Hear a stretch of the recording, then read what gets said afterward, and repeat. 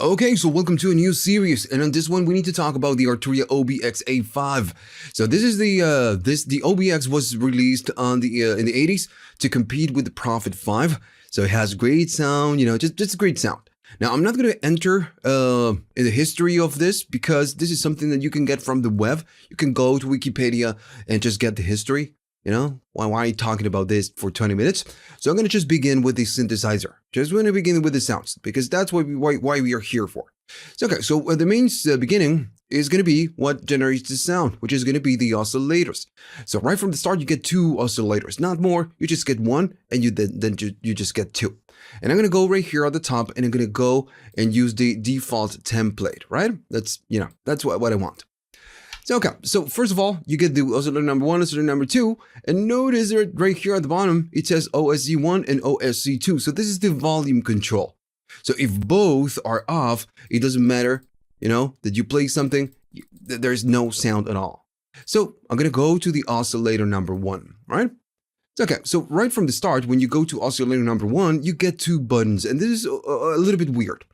So everything is max at the top, and I'm going to go to the number 1. I'm going to play something, and notice that there is something, we get some sound. And maybe the sound is too low. Let me just make it, there we go. So we get a sound. So by default, when both are deactivated, you get what's in between, what's in the middle, a triangle. We can see the shape right there at the bottom. All right. So of course, when this one is enabled, you're going to get a saw. And now, of course, we get more volume. All right, so then of course, if this one is disabled and we get this one enabled, you're gonna get a square, right? Right, so okay. So what happens if we enable both? So what you get is a blend of both, which just looks like a square mixed with a, mixed with a saw. So you get something different. It's not the same. Notice the, the character changes. And notice that when you everything is off, everything is more, less harmonics, less frequency, high frequencies. And as you go up, you start getting more, and then you get more, right?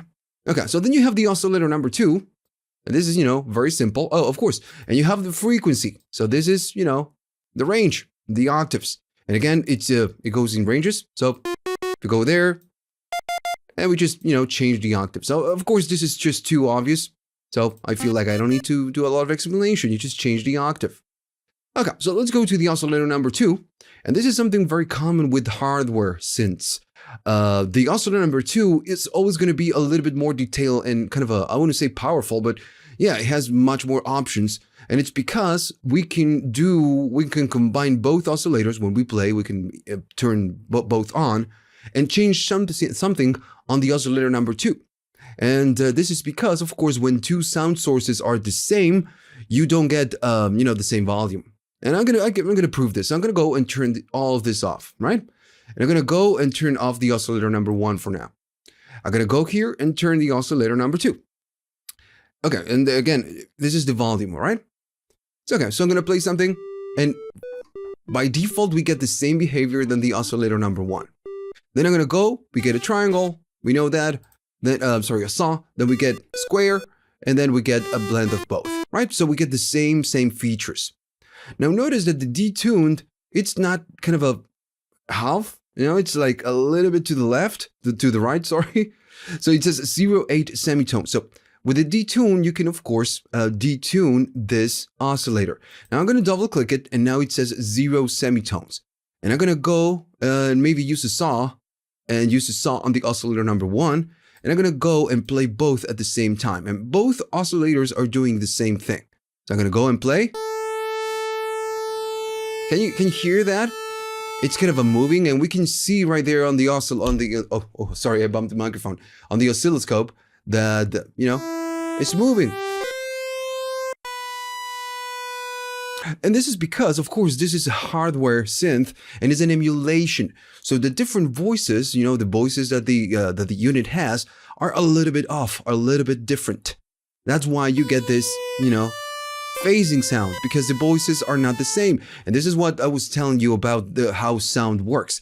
If you have an oscillator that, gives you a sound, and then you play a different oscillator on top, that has the exact same sound, you don't get a better sound. You just get more volume. It just gets louder. That's how sound works. If the sources are the same, you get exactly the same, but just more louder. So the case is that whenever we do the same, it's not getting louder. It just gets different.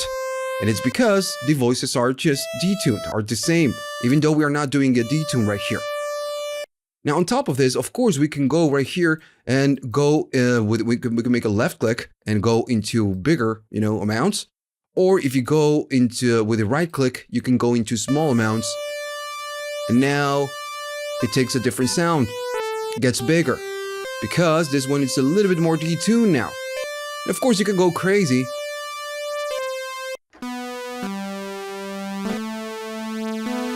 Notice it gets bigger. But by default, they are detuned just a little bit. And you can use that if you wish, but it gives you kind of that hard sync sound, kind of sound. But always a little bit detuned, it's alright. And that's why by default, when you load the default patch, you get a little bit of just detune, just to get, a nicer sound. So then you have the frequency control. And of course, this one goes in semitones, not in a range, just like, we had from before. This one goes all the way up to 60 semitones. So yeah, you do have a lot. But it's not the same in this one. This one goes ranges and this one is just semitones. That's why I'm telling you the oscillator number 1 is always a little bit more detailed than the oscillator number 2. And this is even happening. This even happens on the Minimoog, which is very, very old. But of course, you can now go right here and maybe play a fifth. Right. So yeah, pretty simple stuff. So I'm gonna go back to the default template, and the next, the next option is gonna be the hard sync.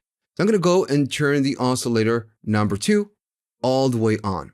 And I'm going to keep this one, and I'm going to keep this one, and I'm just going to keep pretty much the same. So now we are playing both oscillators. So I'm going to go and just detune this one a little bit. I'm going to go play fifth. All right. So I'm going to go and say sync. So, so we get a different sound.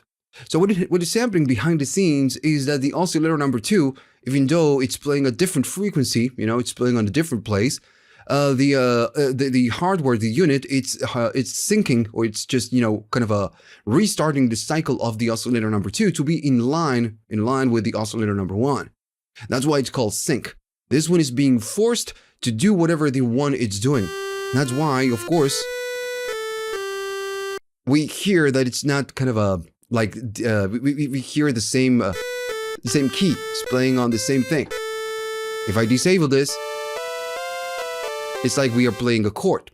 And again, it's because we are disabling all the detune, and it's being hard sync to whatever frequency the oscillator number 1 is doing.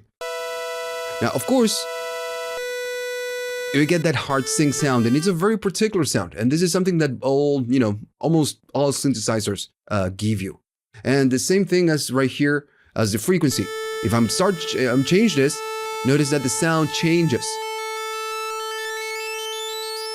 But notice that we are still playing the same key. It sounds different, but it's the same key. So you don't go out of tune. But of course, the sound changes. Depends on what you're doing right here.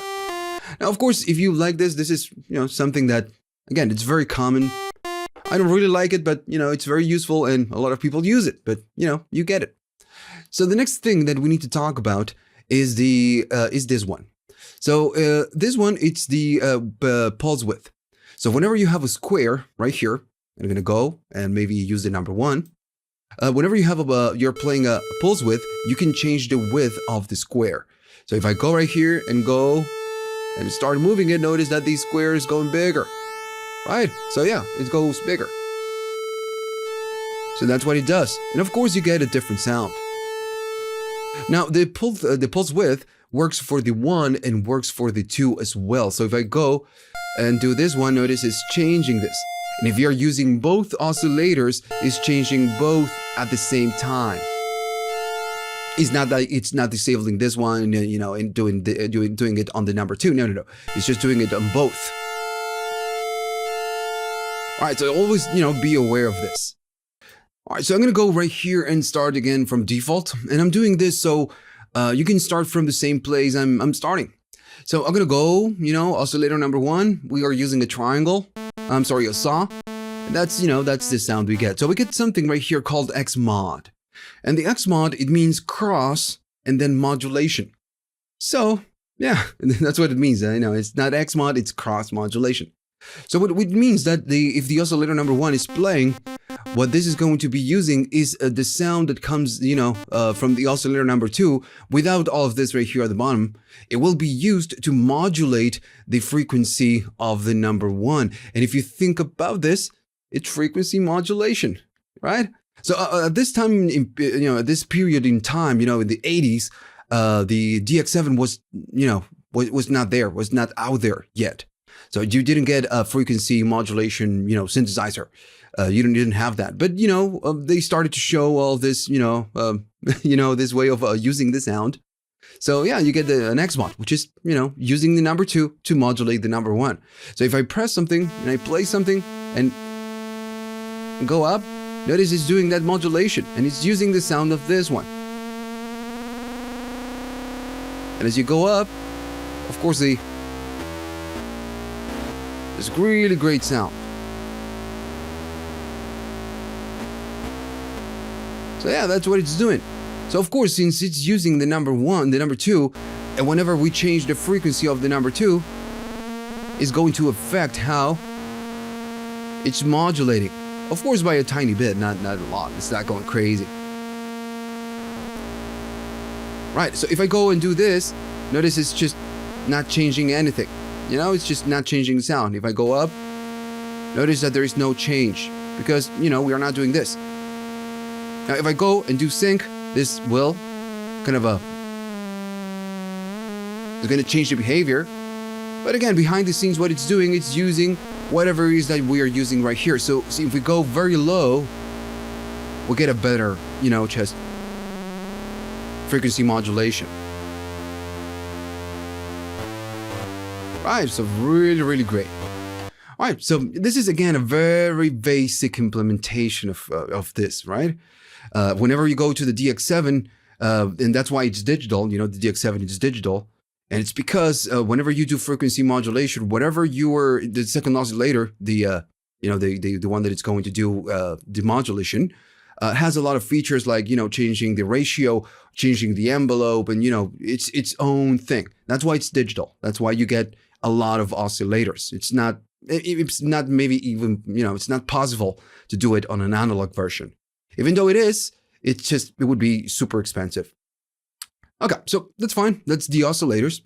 So we are pretty much done on this video. I'm going to show you one more thing that's going to be very useful. Okay, so let's go back to the example I did before. I'm going to go and play oscillator number 1, oscillator number 2, and I'm going to go to the detune and just, double click. So we have 0, semitones, and they're, both are playing the same thing. So we get this sound that should be the same because we are playing the same thing, but it's a little bit different. And notice that every time I'm going to go right here and just press that key several times, and you notice that every time I play it is a little bit different. And I'm just doing the same thing over and over again. But every single time I play it, notice that right here the sound changes, and you can see the oscilloscope right there at the bottom. This changes. So what the F is going on, It should be a bit more consistent. And this is again why I've told you that the voices change and, this affects the sound. They're slightly detuned. Now, of course, this is what's happening with the analog equipment. Now, notice at the bottom, it says dispersion.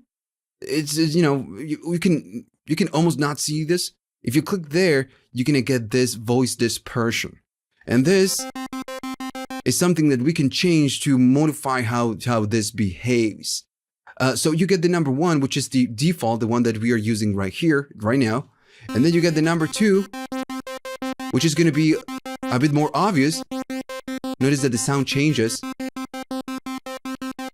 And then the number 3, which is much more. And notice, again, every time you change this, the values of all of this just change. It goes great, you know, it goes in upper values, middle, and almost full. And notice the sound, it is a little bit different.